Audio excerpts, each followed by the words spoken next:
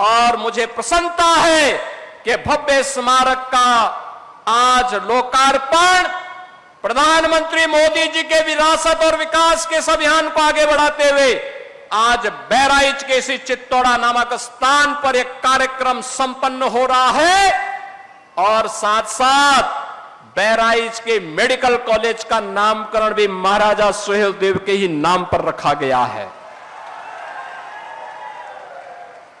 Hospital का नाम बालार कृषि के नाम पर रखा गया है, जो महाराजा सुहेलदेव के गुरु थे उनके नाम पर। और आजमगढ़ के विश्वविद्यालय को भी हमने राज्य सरकार के द्वारा जो विश्वविद्यालय बनाया गया है उस विश्वविद्यालय का नामकरण भी महाराजा सुहेलदेव के नाम पर रखा गया है। बहनों और भाइयों, महापुरुषों के प्रति सम्मान क्या होना चाहिए, उसकी एक अभिव्यक्ति है यह कार्यक्रम, उसकी एक अभिव्यक्ति है यह कार्यक्रम। और मैंने इसीलिए बहराइच के एक कार्यक्रम में आकर के तब कहा था, मैंने कहा था बहराइच की एक धरती पर आकर के मैंने कहा था कि विदेशी आक्रांताओं का महिमामंडन बंद होना चाहिए, राष्ट्र नायकों का सम्मान होना चाहिए, हर हाल में सम्मान होना चाहिए। और 1000 साल पहले इस प्रकार के शौर्य और पराक्रम की गाथा एक इतिहास थी, वह सच करके दिखाया था महाराज सुहेलदेव ने इसी भूमि पर दिखाया था। आज ही की तिथि है 10 जून 1934, 10 जून 1934। और 10 जून 1934 की स्थिति पर जब महाराजा सुहेलदेव ने एक विदेशी आक्रांता जो गजनी से चला था भारत को लूटने के लिए, अपनी लगभग 3 लाख की सेना को लेकर, लेकिन उस विदेशी आक्रांता को, उस बर्बर आक्रांता को रोकने की युक्ति महाराज सुहेलदेव ने अपनी कूटनीति के नाते उन्होंने बड़ी प्रखरता के साथ मथुरा से लेकर के बहराइच तक पग पग पर उसके लिए इतनी बाधाएं खड़ी की कि यहां पहुंचते पहुंचते उस दुर्दांत आक्रांता की आधी सेना समाप्त हो चुकी थी। और जब इस चित्तौड़ा नामक स्थान पर महाराज सुहेलदेव के सामने पड़ा तो महाराज सुहेलदेव के साथ कुल 20 से 25 हजार योद्धा थे, 1.5 लाख योद्धा सालार मसूद के साथ पास थे, लेकिन 20 से 25 हजार इन वीर बांकुरों ने उन विदेशी आक्रांताओं को गाजर और मूली की तरह ऐसा काटा कि उसके बाद वो दुष्ट सालार मसूद यहां जिंदा पकड़ लिया गया और उसको सजा भी ऐसी हुई कि जो इस्लाम के अनुसार जहन्नुम में जाने की गारंटी देता है। बहनों और भाइयों, और इसीलिए हम कहते हैं, इसीलिए प्रण था प्रधानमंत्री मोदी जी का एक इस बारे में आदेश था कि राष्ट्र नायकों का सम्मान होना चाहिए। और इसीलिए उस प्रण और उस भाव को व्यक्त करने के लिए मन में एक इच्छा थी, महाराजा सुहेलदेव को जो सम्मान मिलना चाहिए था, इतिहास ने भले ही उनके साथ नाइंसाफी की है, लेकिन डबल इंजन की सरकार उनके साथ नाइंसाफी नहीं होने देगी, क्योंकि हमारे सामने प्रेरणा पुरुष के रूप में ऐसा महापुरुष शौर्य और पराक्रम का प्रतीक होना ही चाहिए जो महाराज सुहेलदेव के रूप में आज हमारे सामने है। और आज उनका एक भव्य स्मारक यहां पर हम लोगों ने बना करके आज बहराइच वासियों को, पूर्वांचल वासियों को, जिन लोगों को जिन्होंने महाराज सुहेलदेव के साथ इस पराक्रम में युद्ध लिया था, उस युद्ध में भाग लेकर के भारत को विधर्मियों के आक्रमण से बचाया था, भारत की धर्म और संस्कृति को बचाने का काम किया था, धरा को भी और धर्म को भी बचाने का काम किया था, उन लोगों को पददलित कर दिया गया, वंचित कर दिया गया, बुनियादी सुविधाओं से वंचित कर दिया गया। और मैं पूछना चाहता हूं आज इसी अवसर पर कांग्रेस को, समाजवादी पार्टी को, अन्य दलों को पूछना चाहता हूं क्या किया उन्होंने? क्या किया उन्होंने? महाराज सुहेलदेव को क्यों नहीं सम्मान मिल पाया? क्यों नहीं सम्मान मिल पाया? आखिर महाराज सुहेलदेव के नाम पर यह भव्य स्मारक पहले क्यों नहीं बन पाया? आजादी के बाद क्यों नहीं बन पाया? महाराज सुहेलदेव को यह सम्मान पहले बनाने का काम जो होना चाहिए था, उनके नाम पे मेडिकल कॉलेज क्यों नहीं बन पाए? उनके नाम पर विश्वविद्यालय पहले क्यों नहीं बन पाए? क्योंकि वोट बैंक की तो चिंता थी, लेकिन महापुरुषों का नाम अगर रख देंगे तो कहीं तुष्टीकरण की नीति फेल न हो जाए और मुस्लिम वोट बैंक के नाते वे लोग उन विदेशी आक्रांताओं के खिलाफ एक भी शब्द नहीं बोलते थे। और मैं यही बोलना चाहता हूं उन लोगों से जो लोग आज भी जिन्ना का महिमा मंडन करते हैं। मैं पूछना चाहता हूं, जब भारतीय जनता पार्टी राष्ट्र नायक, राष्ट्र शिल्पी, लौह पुरुष सरदार वल्लभ भाई पटेल की जयंती के कार्यक्रम को यहां पर पूरे प्रदेश के अंदर और देश के अंदर मनाती है, प्रधानमंत्री जी ने स्टैच्यू ऑफ यूनिटी के नाम पर लौह पुरुष सरदार वल्लभ भाई पटेल की दुनिया की सबसे बड़ी प्रतिमा को स्थापना केवड़िया गुजरात में स्थापित कराया, तब समाजवादी पार्टी जिन्ना का गुणगान करती है, राष्ट्र तोड़क जिन्ना का गुणगान करती है। जब हम लोग महाराजा सुहेलदेव के विजयोत्सव को मनाने की बात करते थे, तब कांग्रेस और समाजवादी पार्टी में होड़ लगती थी कि नहीं, गाजी मियां का विवाह होना चाहिए। हमने कहा विदेशी आक्रांताओं का महिमा मंडन नहीं होना चाहिए। और मैं धन्यवाद दूंगा उन सभी लोगों को जिन्होंने इस बार से गाजी के नाम पर होने वाले आयोजनों को पूरी तरह से बंद करवा दिया है। विदेशी आक्रांता के नाम पर कोई आयोजन नहीं होने चाहिए। आयोजन होंगे महाराज सुहेलदेव के नाम पर होंगे। बहराइच का मुख्य आयोजन होगा तो महाराज सुहेलदेव के नाम पर होगा। बहराइच का मुख्य आयोजन होगा बालार कृषि के नाम पर होगा। इस मंडल का मुख्य आयोजन होगा आदि शक्ति मां पाटेश्वरी के नाम पर होगा, किसी विदेशी आक्रांता के नाम पर नहीं होगा। और इस संकल्प के साथ आज हम सब आपके पास आए हैं। कौन वे लोग थे जिन्होंने इन महापुरुषों को सम्मान से वंचित किया? कौन वे लोग थे? कौन वे लोग थे जो अयोध्या में राम मंदिर का विरोध कर रहे थे? कौन वे लोग थे जो काशी में काशी विश्वनाथ धाम का विरोध कर रहे थे? कौन लोग थे जो महाराजा बिजली पासी के शौर्य और पराक्रम को भुलाने का काम करते थे? जैसा स्मारक यहां पर महाराज सुहेलदेव का बना है, ऐसा ही भव्य स्मारक महाराजा बिजली पासी का हम लखनऊ में बनाने जा रहे हैं। लखनऊ में बनेगा। उन्होंने भी विदेशी आक्रांताओं को रोका था, दमदारी के साथ रोका था और उनके साथ युद्ध करते हुए, उन्हें पछाड़ते हुए विदेशी आक्रांताओं को दूषित करने का काम किया था। और महाराजा बिजली पासी के नाम पर लखनऊ में इसी प्रकार का भव्य स्मारक बनाने की तैयारी हमारी सरकार ने प्रारंभ किया है। बहनों और भाइयों, 1857 की क्रांति की 4 वीरांगनाओं ने, महारानी लक्ष्मीबाई ने झांसी का मोर्चा संभाला था, वीरांगना अवंतीबाई ने, वीरांगना झलकारी बाई ने और वीरांगना उदा देवी ने भी अंग्रेजों के दांत खट्टे करने के काम किए थे।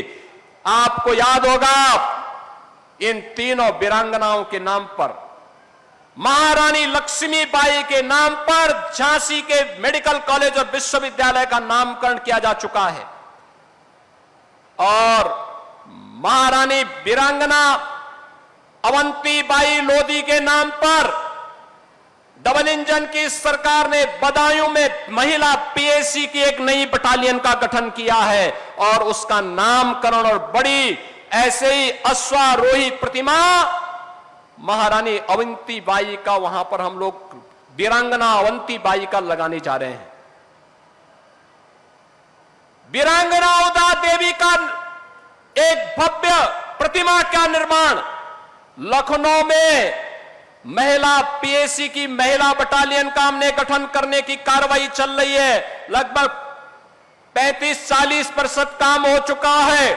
जैसे कार्य पूरा होगा, वीरांगना औदा देवी पासी की एक भव्य प्रतिमा, अश्वारोही प्रतिमा, तलवार लहराते हुए वीरांगना के भाव के साथ दुश्मन को ललकारते हुए एक भव्य प्रतिमा की स्थापना हम लोग लखनऊ में करने जा रहे हैं।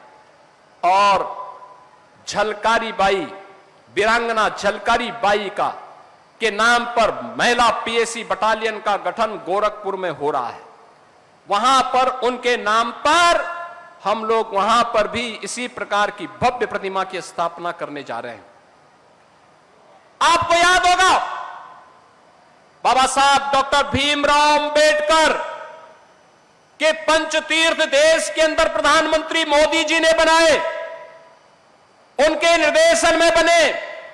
पंचतीर्थ के साथ साथ बाबा साहब भीमराव अंबेडकर से जुड़े हुए स्थलों को सम्मान मिले।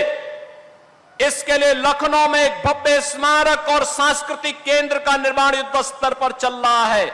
इस वर्ष के अंत तक वह भव्य स्मारक बन करके तैयार होगा और हम उम्मीद करते हैं कि बाबा साहब की पुण्यतिथि 6 दिसंबर तक वह बन करके तैयार होकर के अनुसूचित जाति जनजाति के छात्रों के लिए स्कॉलरशिप की व्यवस्था देते हुए उसका संचालन भी हम आगे करने का काम करेंगे। बहनों और भाइयों, संत रविदास की स्मृति में उनकी जन्मभूमि चीर गोवर्धन में भी एक भव्य स्मारक और सुंदरीकरण का काम प्रधानमंत्री मोदी जी के निर्देशन में पूरा हुआ है। और हम सब तक राम को पहुंचाने वाले त्रिकालदर्शी ऋषि महर्षि वाल्मीकि की साधना भूमि लालापुर में महर्षि वाल्मीकि की आश्रम के सुंदरीकरण का काम भी पूरी भव्यता के साथ संपन्न हुआ है। बहनों और भाइयों, यही नहीं, प्रयागराज में जहां पर भगवान राम, मां जानकी और लक्ष्मण जी को निषाद राज ने गंगा पार कराई थी, वहां पर आप भी एक बार जाइए और वहां पर देखिए कितना भव्य स्मारक भगवान राम और निषाद राज के मिलन का बन चुका है। यह है भारत के विरासत के प्रति सम्मान का भाव। आज तो कोई अयोध्या में भगवान राम के मंदिर बनाने पर प्रश्न नहीं खड़ा कर सकता। अब तो ये नारा जो कभी लगाया करते थे कि रामलला हम आएंगे, मंदिर वहीं बनाएंगे, अब तो भगवान राम के मंदिर में, भगवान राम का अयोध्या में मंदिर भी बन चुका है, भगवान राम का भव्य मंदिर भी बन गया है और राजा राम का भी भव्य दरबार अयोध्या में राम मंदिर में सज चुका है। अब अयोध्या दुनिया की सुंदरतम नगरी हो गई है, नैमिषारण्य सुंदरतम नगरी हो रही है।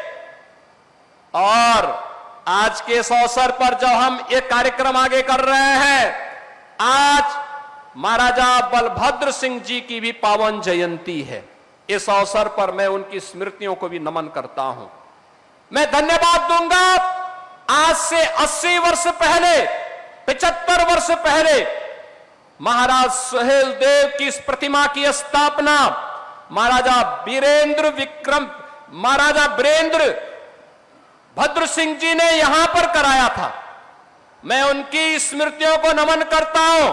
आज इसीलिए इस भव्य स्मारक में जिन्होंने सबसे पहले जमीन भी दान दी और दान देने के साथ साथ जिन्होंने आज से 75 वर्ष पहले महाराजा सुहेलदेव के भव्य एक प्रतिमा यहां पर स्थापित करके कार्यक्रम प्रारंभ किया था।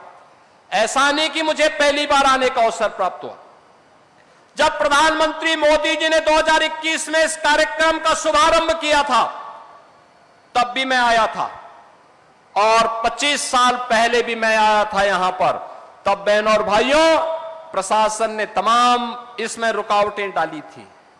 हम विजय उत्सव मनाने के लिए आए थे 10 जून को, तब भी कार्यक्रम मुझे 3 बार आने का अवसर प्राप्त हुआ था। और आज आत्मा आनंदित है कि हमें महाराजा सुहेल देव के प्रति कृतज्ञता ज्ञापित करने का एक अवसर इस भव्य स्मारक के माध्यम से डबल इंजन की सरकार को प्राप्त हुआ है। मैं आज के इस अवसर पर महाराजा सुहेल देव की स्मृतियों को नमन करता हूं और उनके प्रति कृतज्ञता पूर्वक विनम्र श्रद्धांजलि भी अर्पित करता हूं। बहनों और भाइयों, आज जब ये भव्य कार्य हो रहा है, शुभ कार्य हो रहा है, तो याद करना इस कार्यक्रम के साथ 1250 करोड़ रुपए की सौगात भी बहराइच वासियों को प्राप्त हो रहा है। कनेक्टिविटी, शिक्षा, स्वास्थ्य, पर्यटन विकास, बुनियादी सुविधाएं, लोक कल्याणकारी योजनाओं के 1200-1250 करोड़ रुपए की परियोजनाएं भी, क्योंकि जब कोई महापुरुष आता है, आज तो हमारे पूर्वज महाराजा सुहेल देव ही यहां पहुंच चुके हैं अब तो स्वाभाविक रूप से इसका लाभ तो हम सबको प्राप्त होना ही था। और बहराइच वासियों, आपको मैं बधाई दूंगा कि आपने इस आयोजन के साथ अपने आप को जोड़ा है। मैं धन्यवाद दूंगा भारतीय जनता पार्टी, सुहेल देव राजभर पार्टी के अपने पदाधिकारियों को, जिन्होंने आज महाराजा सुहेल देव के प्रति ये सम्मान का भाव व्यक्त करते हुए प्रातः काल 7 बजे मैंने फोन किया था तो पता लगा 10,000 की भीड़ आ चुकी है। प्रातः 7 बजे कार्यक्रम 11 बजे के बाद होना था, लेकिन तब भी ये उत्साह आपने दिखाया और आपने साबित कर दिया है कि वास्तव में आयोजन तो, मेला तो महाराजा सुहेल देव का होना चाहिए, सालार मसूद का नहीं। सालार मसूद का नहीं। सालार मसूद एक आक्रांता था। आक्रांता का मेला और आक्रांता की स्मृति में आयोजन का मतलब गुलामी की मानसिकता।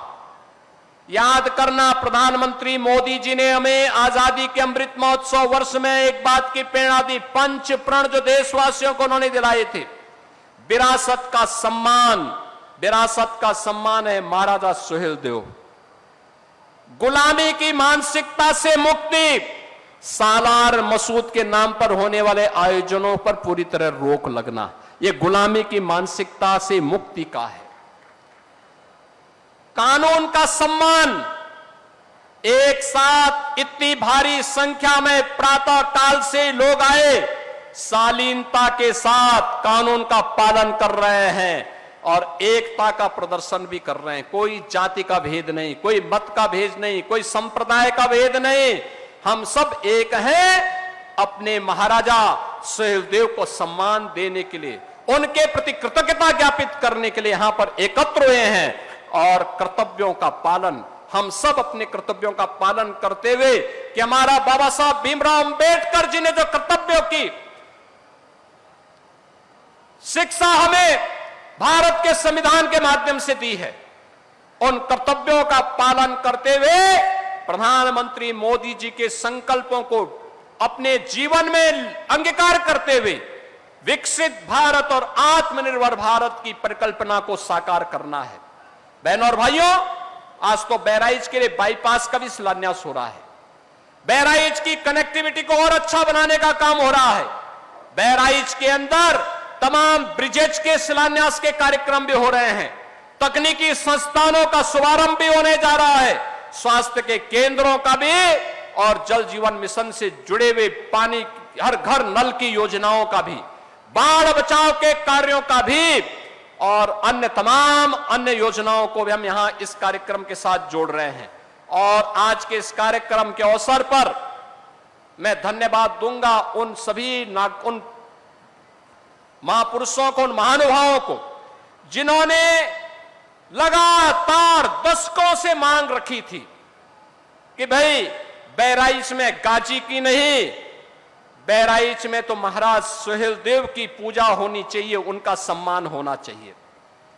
और इसमें श्री कन्हैया लाल रूपानी जी, श्री मुकुट बिहारी वर्मा जी, मुकुट बिहारी वर्मा लगने में सीधे दिखते हैं, लेकिन देखो दशकों पहले मांग कर रहे थे। श्री अक्षयवर लाल गौड़ जी हमारे पूर्व सांसद हैं, श्री आनंद गौड़ के पिता, और श्री सुरेश्वर सिंह जी, कम बोले तो अच्छा होगा, श्रीमती अनुपमा जायसवाल जी, श्री पदम सेन चौधरी जी हमारे विधान परिषद से सदस्य हैं, श्री श्याम करण टेकड़ीवाल पूर्व जिलाध्यक्ष भारतीय जनता पार्टी, श्री कृष्ण मोहन गोयल, श्री दिलीप गुप्ता जी, स्वर्गीय हनुमान प्रसाद शर्मा जी जो अब नहीं है, मैं इस अवसर पर इस स्मारक के माध्यम से उन्हें विनम्र श्रद्धांजलि अर्पित करता हूं और भगवान सूर्यदेव से, माता पाटेश्वरी से, क्योंकि मां पाटेश्वरी का दर्शन करने के लिए महाराज सुहेलदेव प्रतिदिन देवीपाटन मंदिर जाया करते थे। उनसे प्रार्थना करूंगा कि इन दिव्य आत्माओं को वह अपने चरणों में स्थान दें। स्वर्गीय हनुमान प्रसाद शर्मा जी को, स्वर्गीय संत राम सिंह जी को जो विश्व हिंदू परिषद के पूर्व जिलाध्यक्ष हैं, इन सभी के प्रति मैं हृदय से धन्यवाद ज्ञापित करते हुए आज के इस अवसर पर बहराइच वासियों को इन सभी योजनाओं का हृदय से बधाई देता हूं, शुभकामनाएं देता हूं और हमारा प्रयास होना चाहिए कि अगले वर्ष से 3 दिवसीय भव्य आयोजन इस चित्तौड़ा में महाराज सुहेलदेव की स्मृति में होना चाहिए। शोध कार्यक्रम आगे बढ़ने चाहिए। जो ये पत्रिका महाराजा सुहेलदेव स्मृति न्यास के द्वारा यहां पर छापी गई है, इस पत्रिका को घर घर तक पहुंचाने, हर वर्ष एक अच्छी स्कॉलरशिप देते हुए विश्वविद्यालय के छात्रों को स्कॉलरशिप देते हुए इस पर शोध करके एक अच्छी लाइब्रेरी का निर्माण भी होना चाहिए, जिससे आने वाले समय में महाराज सुहेलदेव जैसे राष्ट्र नायकों के नाम को कोई इतिहास के पन्नों से गायब करने का दुस्साहस न कर सके।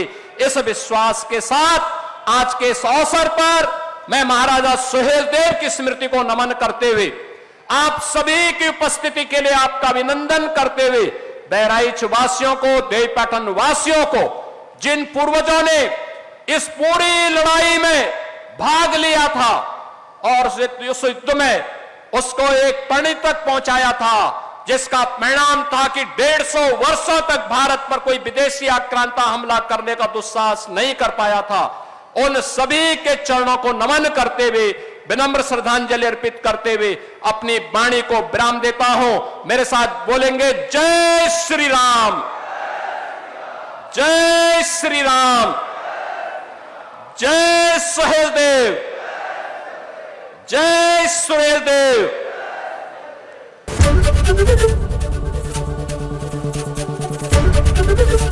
एबीपी गंगा, खबर आपकी, जुबान आपकी।